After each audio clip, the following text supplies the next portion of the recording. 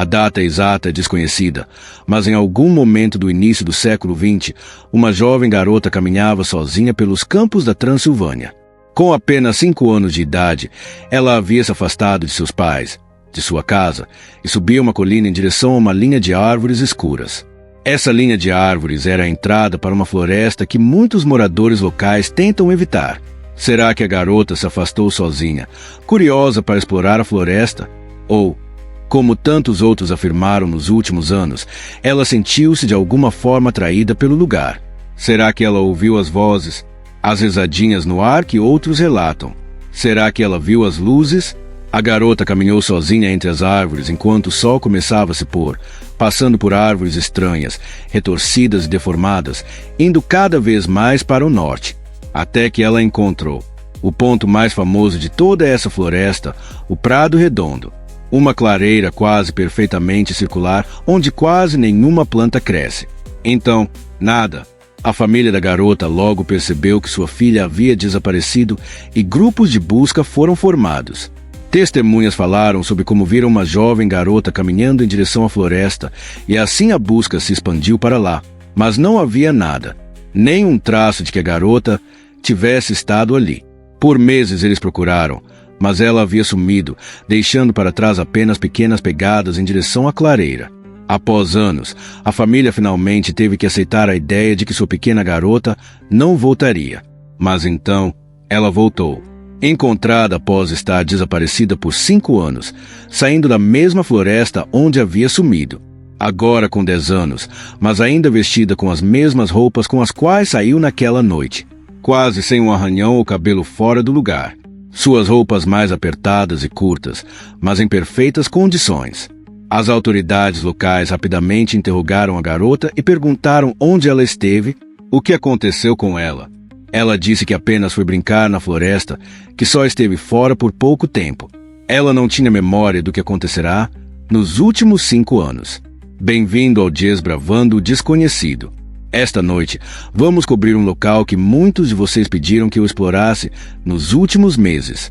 Vamos mergulhar na floresta romena de Oia Baciu que, dependendo de quem você pergunta, é um lugar de anomalias naturais estranhas, um ponto quente para avistamentos de OVNIs ou a floresta mais assombrada do mundo. Seja qual for a verdade, esta é uma área mergulhada em um folclore local aterrorizante, e vamos nos aprofundar nisso o máximo possível esta noite. Assim como nossa visita ao castelo de Osca, muitas das histórias sobre este lugar existem há anos e se espalharam de boca em boca. Então, vamos focar nas lendas aqui. Apenas tenha isso em mente e receba o que ouvir com um pouco de cautela. Dito isso, também há bastante evidência em vídeo e fotográfica que vamos explorar. Embora as histórias de Oia Baciu remontem a centenas de anos, ela só ganhou infâmia mundial na década de 1960 e continua até hoje sendo o local que reúne pessoas de todas as esferas da vida com interesse no inexplicável. Então, pegue uma bebida quente, apague as luzes e fique confortável. É hora de mergulhar nas lendas aterrorizantes de Oia Baciu, o Triângulo das Bermudas da Romênia. Oia Baciu está localizada bem ao lado de Cluj-Napoca, no noroeste da Romênia, a capital não oficial da Transilvânia. Obviamente, uma área do mundo cheia de lendas, uma arquitetura gótica impressionante. O local perfeito para uma floresta assombrada, se me permite dizer. A área abriga o assentamento mais antigo registrado na Romênia, um sítio neolítico estimado em cerca de 6.500 a.C. Entre as décadas de 1960 e 1990, várias escavações foram realizadas na região, encontrando todos os tipos de artefatos, casas e até mesmo restos de túmulos. As lendas sombrias de Oia Baciu podem ser rastreadas até essa época, pois alguns afirmam que os residentes desse assentamento há muito esquecido foram atacados por uma tribo rival. Até 200 pessoas teriam sido levadas para a floresta ao redor do assentamento e brutalmente massacradas por seus captores. Embora tenham se passado milhares de anos até que a floresta recebesse seu nome, aparentemente devido a uma lenda local sobre um pastor.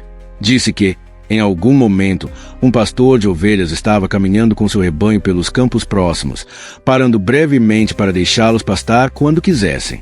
Quando ele avistou algo através das árvores, uma planície de grama grande e perfeita, o que parecia uma clareira intocada na floresta. O lugar perfeito para seu grande rebanho de ovelhas. Ele começou a guiá-las através das árvores retorcidas em direção à clareira. O homem levou 200 ovelhas para a floresta naquele dia. Nenhuma voltou. O pastor e suas ovelhas nunca mais foram vistos, sem deixar nenhum traço. Ao longo dos anos, estima-se que 1000 pessoas entraram na floresta e nunca retornaram. Mas nem todos que desaparecem na floresta estão perdidos para sempre. Assim como a lenda da garotinha, no início da nossa história. Alguns simplesmente entram na floresta e estão aproveitando um agradável passeio na natureza, apenas para saírem das árvores de volta à cidade e descobrirem que uma equipe de busca está procurando por eles. As pessoas que foram para o passeio saem convencidas de que estiveram lá por 1 ou 2 horas, apenas para descobrir que estavam desaparecidas por muito mais tempo, dias em alguns casos ou, no caso da garotinha, até anos. Essas lacunas de tempo são bastante comuns, embora na maioria das vezes sejam apenas minutos ou horas perdidas. Ainda assim, é uma situação aterrorizante. Outra história específica de um desaparecimento é a de uma mulher que se separou de seus amigos enquanto caminhava na floresta um dia. Eventualmente, eles a encontraram, horas depois, vagando logo do lado de fora, quase em transe. Perguntaram o que aconteceu com ela, mas ela estava convencida de que só estivera fora por alguns minutos. Foi durante a conversa que a mulher sentiu algo em seu bolso, algo que não estava lá antes. Ela então aparentemente tirou uma moeda que parecia datar dos anos 1500. Durante os meses de inverno, foram relatadas pegadas na neve que se aproximam da clareira na floresta antes de simplesmente pararem. Como se a pessoa que caminhava tivesse desaparecido no ar. Outros que desaparecem na floresta, mas são encontrados mais tarde, infelizmente são descobertos de uma maneira muito mais macabra. A floresta tornou-se um ponto quente para suicídios ao longo dos anos, com várias pessoas sendo encontradas enforcadas nas árvores. Isso parece ser uma maneira sensata de fazer a transição para como é a sensação de estar na floresta. As experiências mais comuns que as pessoas parecem ter dentro da floresta são de que ela aparentemente mexe com suas emoções, e até mesmo com o corpo às vezes. Disse por muitos que estar na floresta parece brincar com as emoções que você leva consigo. Se você está feliz ao entrar, sente-se extasiado com a maravilha e a beleza da floresta. Mas se você está se sentindo para baixo, isso amplifica essa depressão, pintando a floresta como um mundo sombrio, ameaçador e depressivo.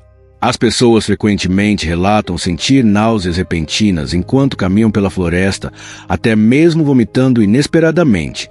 Dores de cabeça e enxaquecas são frequentemente desencadeadas quase instantaneamente ao entrar. Os visitantes muitas vezes se sentem desorientados. Muitos relataram chegar em casa e ficarem chocados ao descobrir o que parecem ser arranhões, até queimaduras em sua pele, mesmo que ela estivesse completamente coberta por uma jaqueta. Tudo isso, como grande parte dos fenômenos que falaremos em breve, parece aumentar quanto mais fundo você vai na floresta, mais especificamente, quanto mais perto você chega do Prado Redondo, a estranha clareira que parece incendiar a imaginação de tantos. Há algo sobre a floresta que chamou a atenção da comunidade científica, e isso é a estranheza das árvores. De longe, parece apenas uma floresta típica, mas tantas as árvores estão crescendo em posições estranhas, cobertas de cicatrizes e crostas estranhas, até parecendo queimadas às vezes. Embora árvores que crescem de forma estranha não sejam tão incomuns, é a quantidade delas que parecem estar crescendo quase horizontalmente que causou tanto interesse daqueles interessados na natureza. Em alguns casos, até 8 troncos podem ser vistos crescendo a partir de uma única raiz. Aparentemente, como tudo nesta floresta, quanto mais perto você chega da clareira, mais estranhas as árvores ficam. A clareira parece ser uma espécie de anomalia natural também, pois muito pouco cresce nela. Os pastores da região afirmam que a clareira permaneceu idêntica por pelo menos 450 anos. Tentativas foram feitas para cultivar árvores e outras folhagens na clareira, mas nada além de uma camada baixa de grama cresce, deixando a área com uma aparência perfeitamente intocada, como se fosse quase mantida por alguém para mantê-la assim. Numerosos experimentos foram realizados na floresta por várias equipes científicas de todo o mundo. Com o solo sendo testado por muitos desses grupos, mas eles não conseguem encontrar nenhum motivo pelo qual a vida vegetal se recusa a crescer na clareira, nem podem explicar definitivamente os estranhos padrões de crescimento das árvores. Alexandru Sift. Oia Basil sempre teve uma reputação misteriosa entre os locais em toda a Romênia como um todo, mas foi nas décadas de 1950 e 60 que essa reputação se espalhou pelo mundo. Agora, pelas fontes que encontrei online, há um punhado de fotos que foram tiradas nas décadas de 50 e 60 que são creditadas a dois homens que serão uma parte importante da nossa história daqui em diante, mas em vários lugares, a quem cada foto é acreditada está confuso. Acho que consegui organizar a ordem certa aqui, mas por favor, não me critique se eu cometi um erro. Por volta de 1953, um biólogo chamado Alexandru Sift começou a visitar frequentemente a floresta. Ele ficou fascinado pelas histórias estranhas sobre ela e estava intrigado para ver o lugar por si mesmo. Ele não tinha como saber que o que experimentaria naquela primeira viagem mudaria sua vida para sempre. Alexandru chegou à floresta naquele dia com seu equipamento, uma câmera e seu pai. Seu principal motivo para estar lá era observar o crescimento peculiar das árvores, sobre o qual ele tanto ouvirá falar. A primeira coisa que ele encontrou, no entanto, foi um som que ele descreveu como quase um bater de dentes. Um estalar exagerado de dentes que podia ser ouvido a certa distância. O destino dos homens naquele dia era alcançar a clareira circular, o local que lhe disseram ter a maior porcentagem de árvores deformadas. Quanto mais perto Alexandru chegava, mais ele começava a experimentar. Ele rapidamente começou a se sentir mal, a náusea e as dores de cabeça frequentemente relatadas o atingindo quanto mais ele se aventurava na floresta. Mas então ele começou a ouvir coisas ainda mais perturbadoras do que o estalar. Ele começou a ouvir vozes, especificamente as vozes de crianças. Rezadinhas e sussurros umas para as outras enquanto ele caminhava. Não era exatamente como se elas estivessem realmente lá. Muitos que experimentam o fenômeno de ouvir as vozes das crianças na floresta dizem que são fracas, se parecem ser carregadas pelo vento. Então, ele começou a ver coisas. Tanto Alexandru quanto seu pai ficaram convencidos de que podiam ver as sombras de outros homens, ou mais especificamente, homens que eram sombras. Muitas vezes apenas pelo canto dos olhos, quando se viravam para olhar, não havia nada. Mas isso não era algo que pudesse ser descartado como uma ilusão de ótica, continuava acontecendo, a ponto de ambos os homens ficarem convencidos de que, o que quer que fosse aquilo, estava o seguindo. Alexandru estava sentindo uma ansiedade avassaladora neste ponto, mas o cientista dentro dele disse a si mesmo que havia alguma explicação racional para tudo isso, e que se ele saísse agora, que esperança ele teria de desvendar os segredos que essa floresta parecia guardar. Corajosamente, ele continuou, o tempo todo com essas sombras seguindo atrás. Em vários momentos, Alexandru tentou tirar uma foto das sombras, mas com sucesso limitado. Foi durante essas tentativas, no entanto, que Alexandru capturou algumas das imagens mais famosas tiradas em Oia Basil. Agora, com total transparência, ouvi relatos conflitantes sobre o que aconteceu aqui. Alguns dizem que Alexandru viu uma luz estranha no céu acima de uma das planícies de grama ao lado da floresta e capturou uma foto dela. Mas outro disse que Alexandru não tinha ideia de que havia algo no céu, que ele simplesmente estava tirando fotografias. Foi só depois de revelá-las que ele testemunhou o estranho fenômeno aéreo na fotografia. A versão posterior dos eventos é algo que parece ter ecoado ao longo das décadas que se seguiram. Inúmeras pessoas relataram tirar fotos na floresta, apenas para descobrir luzes estranhas nas imagens uma vez que foram reveladas, o fenômeno que está sendo capturado aparentemente sendo invisível a olho nu. Essas muitas pessoas incluem o próprio Alexandru, que depois de visitar aquela vez ficou obcecado por Oia Basil, tornando o estudo da floresta o trabalho de sua vida e capturando muitas fotos estranhas entre os anos 60 e sua eventual morte nos anos 90. No entanto, muitas dessas fotografias e documentos foram roubados mais tarde. Pouco depois de sua morte, alguém invadiu sua propriedade e levou grande parte de sua pesquisa sobre Oia Basil, aparentemente deixando tudo mais a propriedade intacto. O OVNI de Oia Basil. Embora as fotos iniciais de Sift tenham causado um certo alvoroço, foi uma fotografia tirada no final dos anos 60 que realmente colocou a floresta no palco mundial quando se trata de locais misteriosos. Em 18 de agosto de 1968, o técnico militar Emil Barnea estava em um passeio à tarde ensolarado com sua então namorada e seus 2 amigos. Eles haviam se instalado na clareira que logo se tornaria infame na floresta e estavam tendo um piquenique agradável, rindo e brincando uns com os outros, completamente alheios ao fato de que suas vidas estavam prestes a mudar para sempre. Ele havia se afastado do grupo para coletar madeira, quando sua namorada começou a gritar para ele voltar. Eles tinham visto algo. Emil correu de volta para seu grupo para vê-los todos parados ali, olhando para o céu. Lá, acima deles, estava um objeto em forma de disco metálico. Emil rapidamente pegou sua câmera e começou a tirar fotos. Ele então afirma que o objeto começou a piscar intensamente antes de começar a girar. Tudo isso enquanto permanecia completamente silencioso. Então, do nada, o objeto disparou para longe a uma velocidade alarmante. Agora, eu sou um pouco cético sobre essa foto, mas aparentemente ela foi levada muito a sério. O que é interessante é que o suposto objeto no céu tem uma semelhança impressionante com outra famosa fotografia de OVNI de apenas alguns anos antes, a nave de Santa Ana, na Califórnia. A fotografia se espalhou muito rapidamente pelo mundo por pessoas interessadas nesse tipo de coisa, e tanto a fotografia quanto os negativos originais foram testados e altamente examinados para ver se havia alguma tentativa de alterar as fotos. Mas aparentemente não havia. O que quer que esteja nesta imagem estava aparentemente lá pelo menos quando a fotografia foi tirada. Uma sugestão frequentemente usada para desmascarar essa imagem é que era um balão meteorológico. No entanto, aparentemente não há registros de um balão meteorológico sendo lançado na área naquela época. Se essa fotografia fosse uma falsificação, no entanto, surge a questão de por que Emil faria isso.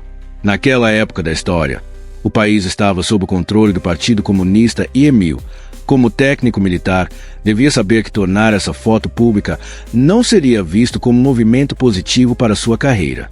Aparentemente, logo após divulgar a foto, Emil foi visitado por vários indivíduos estranhos que tinham muitas perguntas sobre o que ele viu. Logo depois disso, ele foi levado diretamente aos escritórios centrais do Partido Comunista e foi interrogado longamente por vários oficiais, que então forçaram a entregar as fotografias e os negativos. Eles prometeram devolvê-los assim que suas investigações fossem concluídas, mas nunca o fizeram.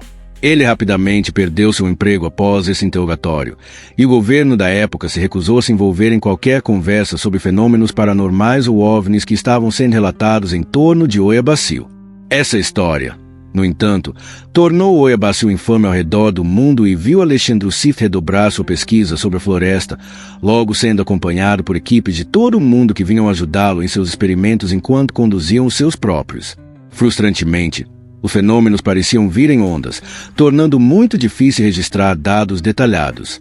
Meses passavam com muito pouca atividade relatada, e então, do nada, muitos fenômenos estranhos aconteciam em rápida sucessão. Adrian Ptru. Em 1974, Sif foi acompanhado por um químico chamado Adrian Ptru, um homem que se tornaria o amigo mais próximo de Sif enquanto trabalhava no projeto e que também dedicou sua vida a estudar os fenômenos na floresta, continuando o trabalho de Sif por muito tempo após sua morte e até os dias atuais. Se você já assistiu a alguma investigação sobre Oiabasil, certamente viu Adrian Ptru. O homem tem uma aparência muito distinta e é, sem dúvida, o maior especialista na floresta agora. Piro tornou-se presidente da Sociedade Romena de Parapsicologia, mas seu trabalho pessoal é muito focado em Oiabasil. Ao longo dos anos, ele relatou experimentar muitos dos mesmos fenômenos que todos os outros, desde as sensações físicas até os sons estranhos e até mesmo vendo coisas. Mas Piro parece muito convencido de que o que quer que esteja acontecendo na floresta é algo que pode ser explicado pela ciência. Eles simplesmente ainda não sabem qual é a resposta. Uma de suas principais suspeitas é o potencial de infração estar em jogo, ondas sonoras que, embora inaudíveis ao ouvido humano, podem causar uma série de efeitos em nossos corpos, incluindo níveis aumentados de medo. O infrasom é frequentemente usado como uma explicação potencial em muitos casos de casas assombradas. Embora isso possa explicar alguns dos sintomas físicos, não explica as fotografias ou os avistamentos relatados que as pessoas fazem. Mas poderia a radiação estar em jogo? As aparentes queimaduras aparecendo nos corpos das pessoas, plantas crescendo estranhamente e doenças parecem apoiar essa narrativa. Mas testes foram feitos na área e não encontraram nada realmente notável. Apesar dessas explicações aparentemente racionais, Piro apoia os avistamentos de objetos brilhantes no céu, afirmando não apenas tê-los visto ele mesmo, mas também ter visto muitas fotografias que os revelam, embora aparentemente não estivessem visivelmente presentes quando a foto foi tirada. Piro também tem uma história muito estranha de uma de suas primeiras visitas à área em 1975. Ele afirma que encontrou, junto com um grande grupo de outros pesquisadores, as ruínas de um prédio antigo. Embora ninguém no grupo tivesse visto essas ruínas antes, eles só haviam feito algumas viagens. A floresta tem quase 700 acres de extensão. Eles tiraram várias fotografias, mas por algum motivo Piro não conseguia tirar as ruínas da cabeça nas semanas seguintes. Algo sobre elas simplesmente ficou com ele, mas ele não sabia por quê.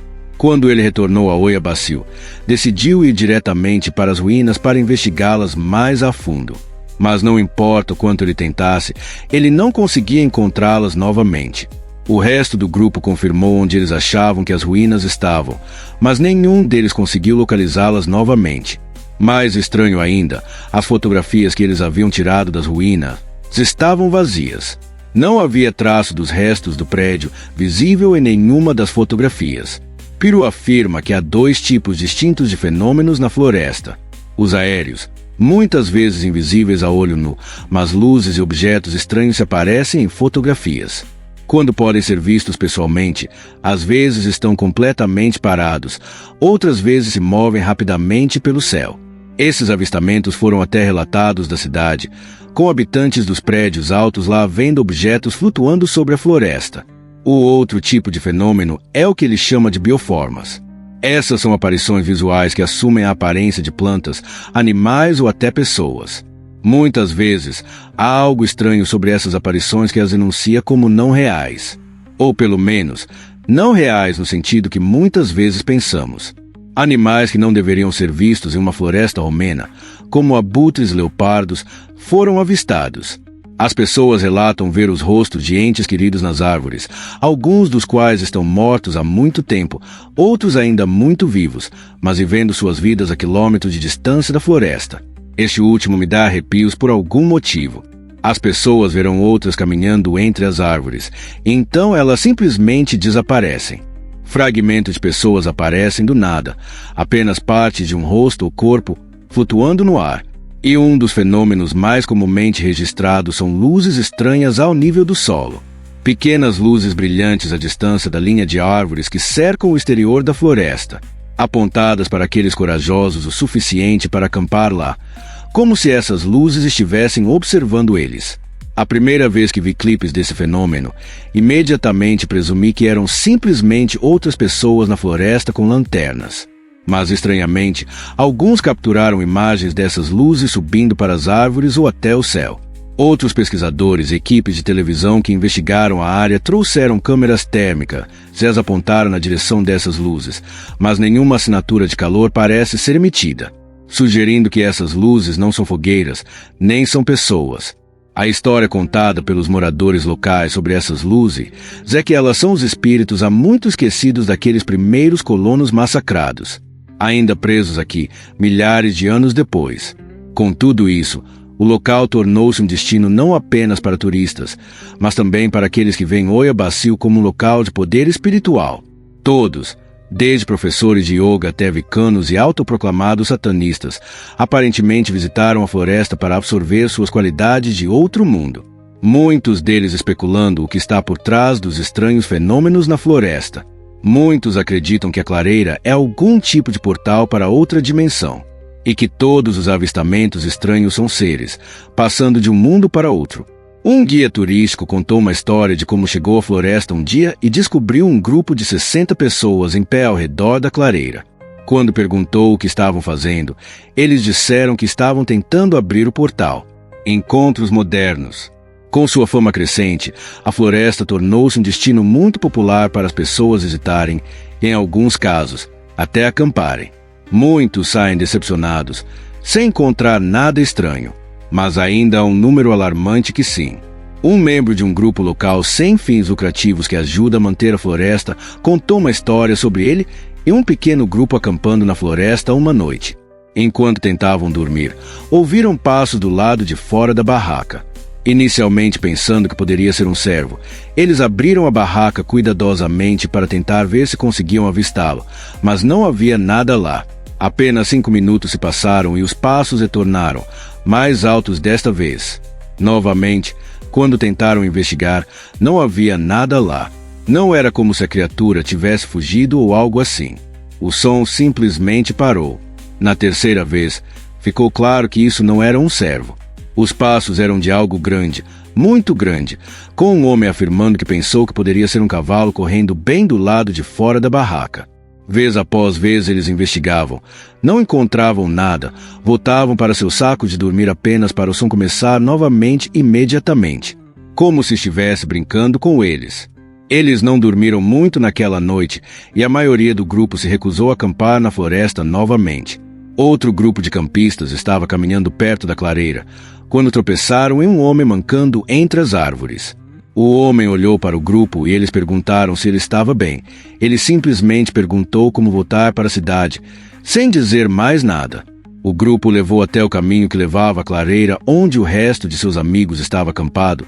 Se ele seguisse aquele caminho através da clareira e adiante, isso levaria para fora da floresta. Mas os amigos no acampamento nunca viram o homem. O grupo acabou procurando por ele, temendo que pudesse ter caído e se machucado no que deveria ter sido uma curta caminhada, mas ele simplesmente havia sumido. Outro grupo, caminhando pela floresta uma noite, estava rindo e brincando sobre as histórias contadas sobre a floresta. O homem na parte de trás do grupo parou. Ele ficou fascinado por uma das árvores. Algo sobre ela simplesmente chamou sua atenção. Enquanto ele a encarava, foi subitamente atingido por uma onda de ansiedade. Então ele percebeu que seus amigos tinham desaparecido. Eles continuaram caminhando sem ele, e ele não tinha ideia de quanto tempo estivera parado ali. Então, do nada, bem ao lado de seu ouvido, ele ouviu os gritos altos de uma mulher. Quando ele se virou para perceber que estava completamente sozinho, ele rapidamente começou a correr, alcançando seus amigos, que afirmaram não ter ouvido nada. Felizmente, ele não se tornou um daqueles que desaparecem na floresta. As árvores assumindo essa qualidade hipnotizante foi relatada várias vezes, com alguns afirmando que ficam convencidos de que as árvores estão falando com eles, ou que as vêm se movendo, mesmo quando não há vento.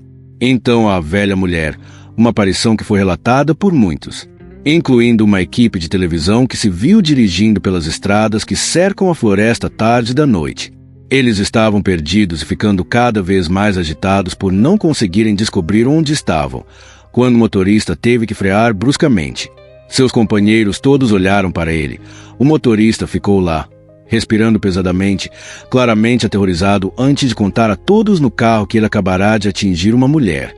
Estranhamente, nenhum deles tinha visto nada ou mesmo sentido o impacto, mas ele estava convencido de que haviam atingido uma velha mulher. Todos saíram e fizeram uma busca extensa.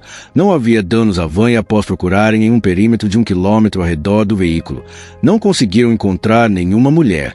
Não tinha certeza se deveria incluir isso, mas vamos terminar nossa exploração de Oia Bacio com um incidente final. Agora, eu disse no passado que me encontro bastante cético quando se trata de programas de caça-fantasmas. Embora eu não queira acusar ninguém de falsificar coisas diretamente, acho que há uma tendência de simplesmente colocar pessoas em um local escuro e assustador e depois assistir enquanto elas reagem a cada possível barulho como se fosse um demônio prestes a comer suas cabeças. Mas há um clipe de um programa do Sci-Fi que pode ser uma das evidências mais famosas de Oia Bacio e seria errado não incluí-lo. Vem de um episódio de Destination Truthful, acredito, por volta de 2009. Se você conseguir encontrar este episódio, vale a pena assistir. Nem que seja pelo momento em que a equipe de investigação tenta voar sobre o Prado Redondo, apenas para o teto do avião literalmente se rasgar, forçando-os a pousar. Mas quero falar sobre algo que acontece mais tarde naquela noite. A equipe está fazendo investigações individuais no centro da clareira. Um por um, eles sentam no centro com câmeras configuradas ao redor deles enquanto o resto da equipe assiste em monitores de longe. O cinegrafista é a segunda pessoa a se envolver neste experimento. Ele diz pelo walkie-talkie que acha que pode ouvir algo, como vozes femininas distantes. Quando, de repente, de uma posição sentada, ele é jogado para trás.